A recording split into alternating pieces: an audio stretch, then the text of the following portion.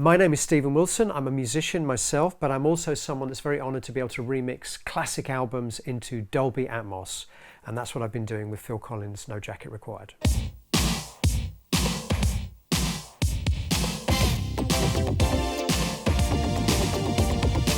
I think he's a brilliant pop vocalist. You know, one of the things about Phil Collins is obviously he came through the sort of progressive rock genre as a drummer with Genesis, but really blossomed as a songwriter and a frontman and a singer. And the songs are just fantastic earworms. He's just got that knack for creating incredible, catchy melodies and creating, you know, first-class pop music. And I grew up in a house where I was hearing ABBA, Bee Gees, Carpenters. So I grew up in a house where great pop music was part of my early musical DNA. And I think Phil Collins fits exactly into that tradition.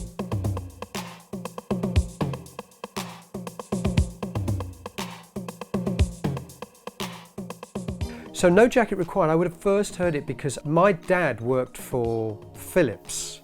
And Philips were one of the first companies to make CD players, compact disc players.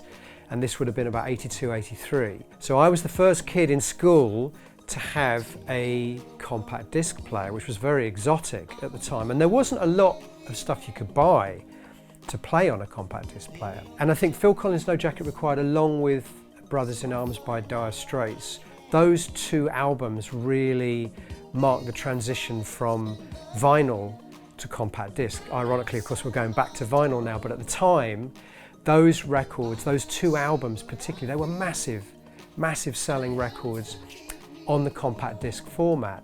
And they obviously both had this kind of high fidelity audio file aspect to them. They sounded great, they were beautifully produced.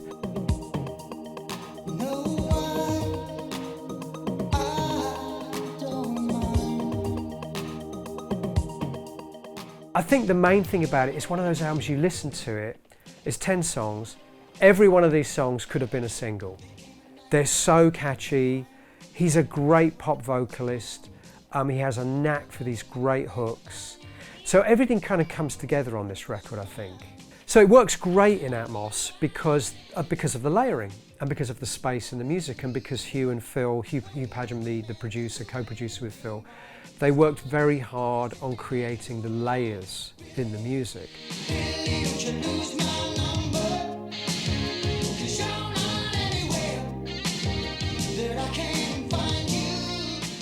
Sound design elements, backing vocals, horn arrangements, multiple guitar parts, multiple keyboard parts. There's a lot of atmosphere in some of the ballads particularly. You've got guest vocalists like Sting, Peter Gabriel. And sometimes when you hear the stereo, you don't necessarily pick all these things out. It's kind of, you know, it's kind of all in the mix. But suddenly in spatial audio, you have these 12 speakers. In my studio, I have 12 speakers. And I can position all these different elements around the listener. So you're hearing all these things that maybe you might have missed. They were there, and if you go back and listen to the stereo now, you're like, ah, yeah, that is there. But you weren't necessarily aware of it before. And I think the beauty of spatial audio with an album like this, which does have a lot of layers to it, a lot of detail, they work really hard on the production.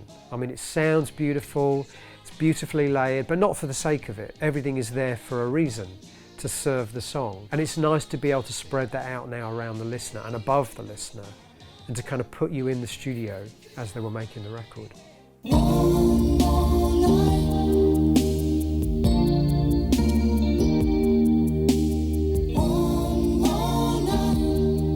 My approach to making the Atmos mix of No Jacket Required, I mean, it's kind of the same as my approach with any record. I kind of think about what kind of record is this? This is a record which is ultimately about the songs. It's not a big, complicated, progressive rock extravaganza. This is about streamlining, making great pop songs. So, to me, that says this is not a mix where we're going to be too gimmicky. We're not going to have things flying around the room. We're not going to have the listener constantly aware of, you know, things circling around their head. It's more about taking the original stereo images, the template, and just bringing it out into the room, making it feel more three-dimensional. So not necessarily have things whizzing around the listener's head the whole time and distracting in that way, because it is ultimately about these 10 great pop songs. So for me, it's just about positioning around the listener. I've been sitting here so long, wasting time, just staring at the phone. I think the thing when you take a record, a classic record like this, which the people buying the spatial audio mix or listening to the Atmos, buying the Blu-ray, they probably know the record very well already. I'm not creating the spatial audio mix for people that don't know No Jacket Required. I mean, it would be lovely to think there will be people that will listen to it for the first time in this way. But I think ultimately when you're remixing a classic album like this, you're kind of doing it with the thought in your mind, this is for people who know the album so well. They know it like the back of their hand. They know it better than I do. They know it better than the artist does sometimes. Because the artists, they make the record, they don't listen to it ever again. I mean, if it feels anything like me, by the time I've finished a record, I don't need to hear it again ever, But the fans, on the other hand, they listen to the record frequently for 10, 20, 30, 40 years, still listening to it. So you're kind of aware you're doing it for people who know the music inside out. This is about, for me, not changing the sonic signature of the record. It's just making it sound more three-dimensional and more immersive. So that applies to everything to do with the reverb, the EQ, the balance of all the instruments. I'm not trying to change any of that. I'm certainly not trying to modernize it or make it sound quote-unquote better, because I can't. It's a beautifully produced record, beautifully mixed anyway. So it's just a question of bringing it out into a sort of three-dimensional space.